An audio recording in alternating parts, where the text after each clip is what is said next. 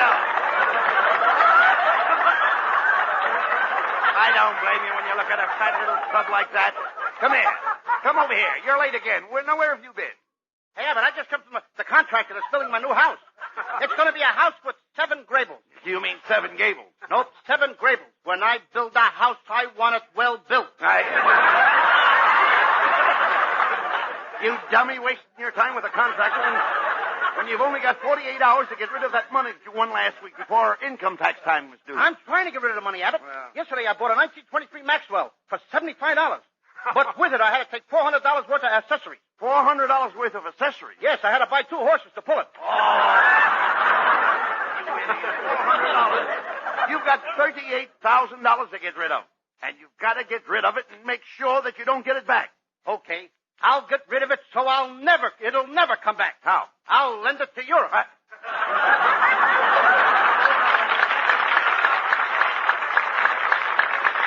Costello, this is ridiculous. Why don't you just take the $38,000 down to the income tax office and pay the tax on it? You can't do that, Abbott. I figured it out last night. And $38,000 will not pay the tax on $38,000.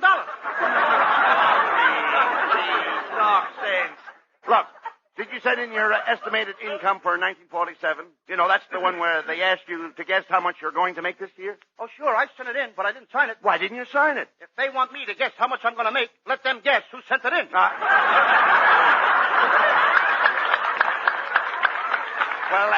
how about deductions? My what? Deductions. Like, when I file my tax, the man wanted to allow me $500 for my wife. For your wife? That's way over ceiling. Look, I'm talking about dependents. You see, everybody comes under a different tax table. Now, if you're single, you come under one table. If you're married, you come under another table. That did it, Abbott. I ain't paying no taxes. Why? I refuse to do business under the table. Oh. Costello, you're impossible. You'll never figure that tax out. So you've got to get rid of that money. Now, hey, wait a minute. I've got an idea. The best place to lose money is at the racetrack. Racetrack? That's wonderful, Abbott. I love horses. My favorite story is about a horse named Black Beauty. Black Beauty? Yes. Once upon a time, there was a little horse named Black Beauty. His mother was a bronco, and one night she died of a cold. Oh, she had pneumonia. She what? She had pneumonia. Yeah, it was bronco pneumonia. Bronco? Oh, Abbott, will you keep out of this? All right. Why don't you go over to the livery stable and show them what a real jackass looks like? Now, I'll have you understand I'm no jackass. You're no jackass. No. Your ears are too long. All right. Go on with the story. Okay, now the farmer who owned Black Beauty, he loved him. And he used to brush and comb the horse. No, you mean he curried the horse. Why should he carry him? Black Beauty was big enough to walk. All right. Now, every morning the farmer would feed Black Beauty. Yes, Black Beauty ate his fodder. Yes, and after he would eat, he ate his fodder. Certainly, every horse eats his fodder. You mean he eats his fodder? Yes. And his father eats his fodder, and his father eats his fodder. Pretty soon there won't be no fathers left for Father's Day. I mean, to feed a horse, you take a bag and put its fodder in it and hang it on his nose. Now, ain't that a pretty picture? Black Beauty walking around with his fodder hanging on his nose. No. Never mind that. What's the rest of the story about Black Beauty? Well, Black Beauty liked the rain. Every time it would rain, he would run and run, and he would run in the water. In other words, Black Beauty was a mudder. Yes. Now, one day, Could I have that again? He was a mudder. Black Beauty was a mudder. How could a he be a mudder? Ain't a she a mudder? Certainly not. Sometimes a he makes a better mudder than a she. Well, we learn something new every day. Listen, Abbott, suppose a mama horse has little horses. Don't that make her a mudder? Well, now that depends on her feet. Yeah, and then... Well, if you ask a silly question, you get a silly answer. No, Costello. I own racehorses and have one of the finest mudders in the world. What has your mudder got to do with horses? My mudder is a horse. Now that you mention it, I see the resemblance. Here. Now, one day, everybody on the farm was very, very sad. The farmer was sad. All the little horses were sad, too. They were so sad just a second, Lou. Wait a minute. Don't break me down. Why was everybody so sad? Black Beauty was limping around. That's too bad. There was something wrong with his front legs. Mm-hmm. The farmer took Black Beauty to find He had something wrong with his forelegs. Yes. And then after... Would you mind running that past me again, please? I said he was having trouble with his forelegs. I just told you he limped on his 2 front legs. Well, Costello, a horse's forelegs are in front. His 4 legs are in front? Yes. What are those things in the back? Crutches? You don't understand. A horse has 4 legs in front and hind legs in back. 4 legs in front and hind legs in back? Right. What are we talking about, a horse or a centipede? Listen. please. I'm trying to tell you that a horse has 4 legs in front. Oh, Abbott, you're sure his 4 legs are in front? Certainly. Okay, then tell me this. What keeps his tail up? His hind legs. Look, when I say that the horse has 4 legs in front, I don't mean that his 4 legs are in front. I mean his 4 legs are in front. A horse has 4 legs. But all 4 of them are not 4 legs. Oh, when you say that a horse has 4 legs in front, you don't mean that his 4 legs are in front. You mean that his 4 legs are in front. A horse has 4 legs, but all of them are not 4 legs. Now you've got it. Now I've got it. I don't even know what I'm talking about. Well, Costello, here's the racetrack. Now, Saturday night is the deadline for income tax, and you've got to lose that money.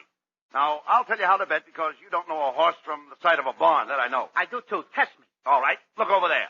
What is that? A horse or the side of a barn? Abbott, this time you're right.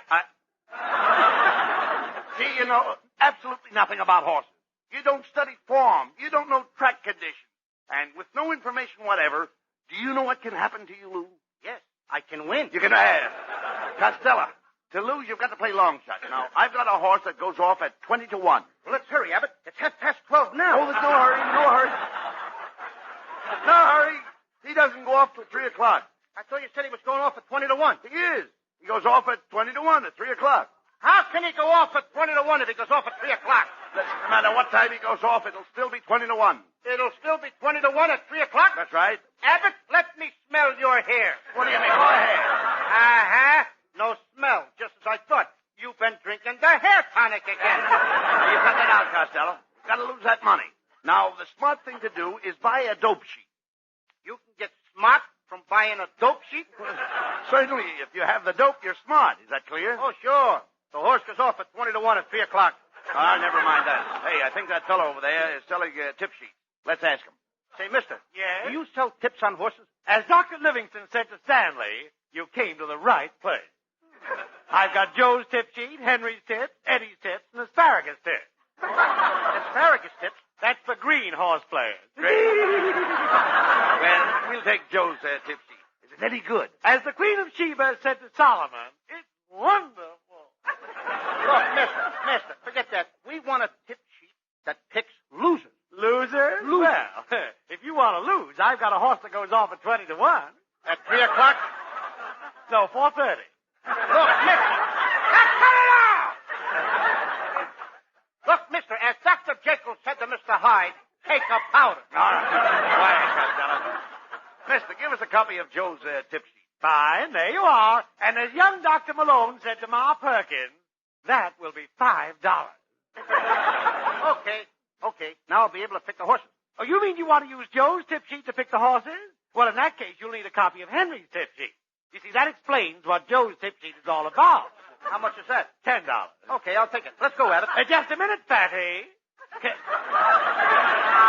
Can you read the code in Henry's tip sheet? Oh, sure. I can read... What code? Well, then you'll need Don's tip sheet, which explains the code on Henry's tip sheet, which picks the horses in Joe's tip sheet. That'll be $25. Oh. Come on, Costello. We've got to make some bets and lose that money. Nothing doing, Abbott. I can lose all my money right here. Here's $25. Thank you. And as Mrs. Chip said to Mr. Chip, goodbye.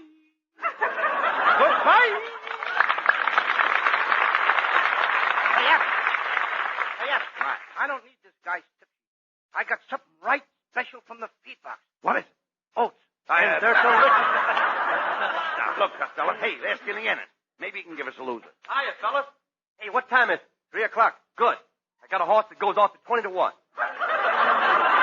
How can a horse go off at 20 to 1 at 3 o'clock? Now, just a minute. I'm the straight man. Skinny, Costello's got a lot of money to lose. Do you know any slow horses? Why, sure. Play Ashcan in the third. Now, wait a minute. Are you sure Ashcan is a slow horse? You're a slow horse. Boys, if Paul Revere had ridden Ashcan, you'd be doing your baseball routine about cricket. About cricket? I wonder how it would sound. Whom is on first? Right. Come on, Costello. Let's call for the first race. Let's get a bet down. I'm going to play Whirlpool. Here, mister. 500 on Whirlpool to win. They're off. Hey, you got the bet down just in time, Costello. They're off. I hope Whirlpool doesn't win. Abbott, the only way that horse could win is if he had an outboard motor attached to him.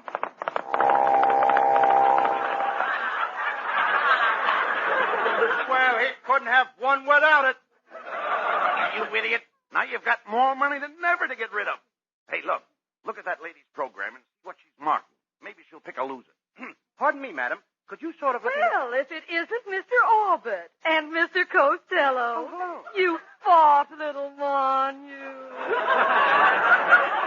What are you doing here at the Racetrack? Racetrack?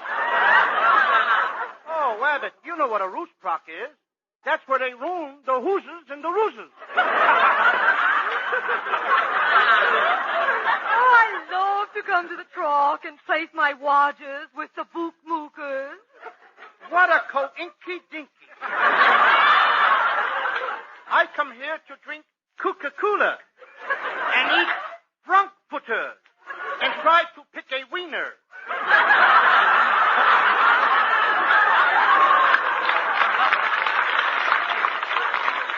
Well, it's been grand seeing you. I must be toddling along. As we say in French, je suis de la Pigalle in la qu'est-ce que c'est to you. And a juicy dill pickle in the kissing pill. Costello. Hey, Costello, we should come to the track more often. All the big movie producers come here, and we might make some good contacts. Yes, while they're looking over the horses, they might think of a part for me. They might think, what am I saying? Well, hello, Miss Rabbit. Where are you going with that big bale of hay? Oh, pardon me, it's Costello. Oh, my, I just love the racetrack. You know, my late husband said I had the makings of a great horsewoman. You're saying that wrong. Your husband said you had the makings of a great horse, woman. Costello, you've just got time to play the third race. Now, look, let's try the old-fashioned method. Stick a pin in Mrs. Wetwash's program and play whatever you pick. Okay, Mrs. Wetwash, may I borrow your hat pin? Yes. Thank you. Now hold up the program. I'll close my eyes and stab it with the hat pin. There they go. Costello, you stuck Mrs. Wetwash with a hat pin. Look, she's jumping the fence. She's out on the track. At the corner, Mission Bell is going to the front. Busy Bee is second.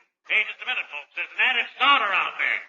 That's a strange-looking nag, but, brother, can she run? Now you did it, Costello. Mrs. Wetwash is running in the race. She'll probably win and pay a lot of money. And the winner is the added starter, which has just been identified as Mrs. Wetwash. Isn't that a silly name for a horse? It's a silly name for a woman. I wonder what she paid. Mrs. Wetwash went off at 20 to 1 and came in at 3 o'clock. How do you like that? Now the racetrack announcers are doing our routines, Abbott. Costello, we came to the racetrack today to lose money, and all you've done is win. Now, if you're stuck with that bankroll March 15th, you'll really be in trouble with your income tax. I can't help it, Abbott. Gambling runs in my family. My Uncle Artie Stebbins was a big gambler, too. He once crossed a racehorse with a chicken. Crossed a racehorse with a chicken? Yeah. What for? So it could lay odds.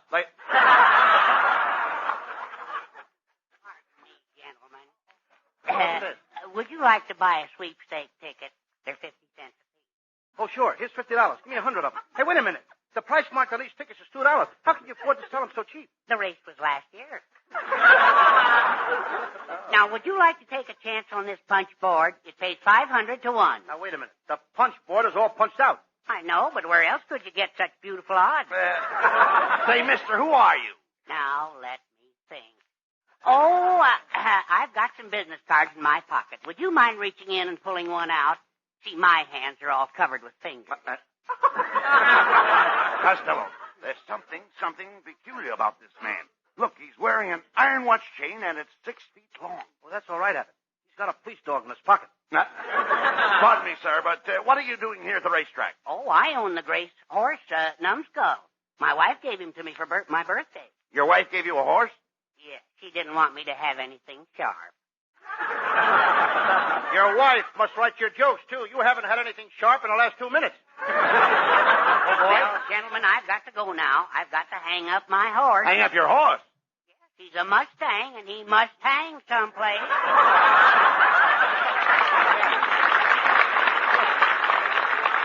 Abbott, they ought to send that guy to the United Nations conference. As a delegate? No, it's a problem. Oh. Come on, Costello. Let's take a look at his horse, Numbskull. He may be just the horse to lose your money on. Oh, Louis Costello. Costello, here's Marilyn Maxwell. My, but you look pretty, Marilyn. That's a lovely dress you're wearing. Oh, it's just something I threw on. You must have flown a curve. You smell good, too. Oh, that's my new Racetrack perfume. Chanel, number 8 to 5. Gee, Louis, didn't we have fun in the movies last night? Yeah. I thought Ray Milland was wonderful in that picture, California. But I think you have a much better looking map. Than Ray Milland? No, than California. Hey, look, Costello. There's that daffy guy's horse, Numbskull. What a cute little horse. Come on, I'll introduce you to him. Numbskull, this is Marilyn. Hey, look, Costello. Here comes Mrs. Wetwash. Well, Costello, what horse is that? This is Numbskull. Numbskull, meet Mrs. Wetwash. Oh, what a clever horse. You know I love horses. Oh, can't get any men to go out with, huh? Now listen, little fat boy, you embarrassed me this afternoon. But I'll forgive you for making me run in that claiming race. I hope you noticed that I won. Yes, I also noticed that nobody claimed you. Well, come on, Mrs. Wetwash. Let's go make a bet on Numbskull. See you later, Louis. Hey, look, Costello. There's a pretty little filly. She cost $3,000. Her name is Mignon. $3,000 for a filly minion? That must include mushrooms and French fried potatoes. And look at the next stall, Costello. There's a mare with a colt. The mare has a colt? Yes. Well, if he's got a colt, why don't somebody give him a handkerchief? Get him some 4-way cold tablets or something. No, he doesn't need tablets or a handkerchief. I'm talking about a colt. That mare has a colt. The trainer will take that colt and teach it to run. They gotta teach a colt to run? Naturally. Brother, when I get a colt, it runs all by itself. Look. Hey, look, Lou. Here comes the groom with the horse's bridle. He's getting ready to lead her away by the halter. Abbott, stop the wedding. Stop the wedding. Sure, by the time the horse's groom leads the bridle to the halter, that colt will start running and she'll sneeze right in that groom's kisser. Come on, Costello. That's the post call for the last race. And you've got to bet on a loser to get rid of that money. Remember your income tax. Abbott, I'm going to bet it all on Numbskull. I've been looking up his form. He's got to lose. What does the form say? Well, it says he was beater at Santa Anita. He was an also ran at Tanforan. He came home in the dark at Hollywood Park and showed a weakness in the Preakness. Okay. Numbskull it is. Let's get the bet down.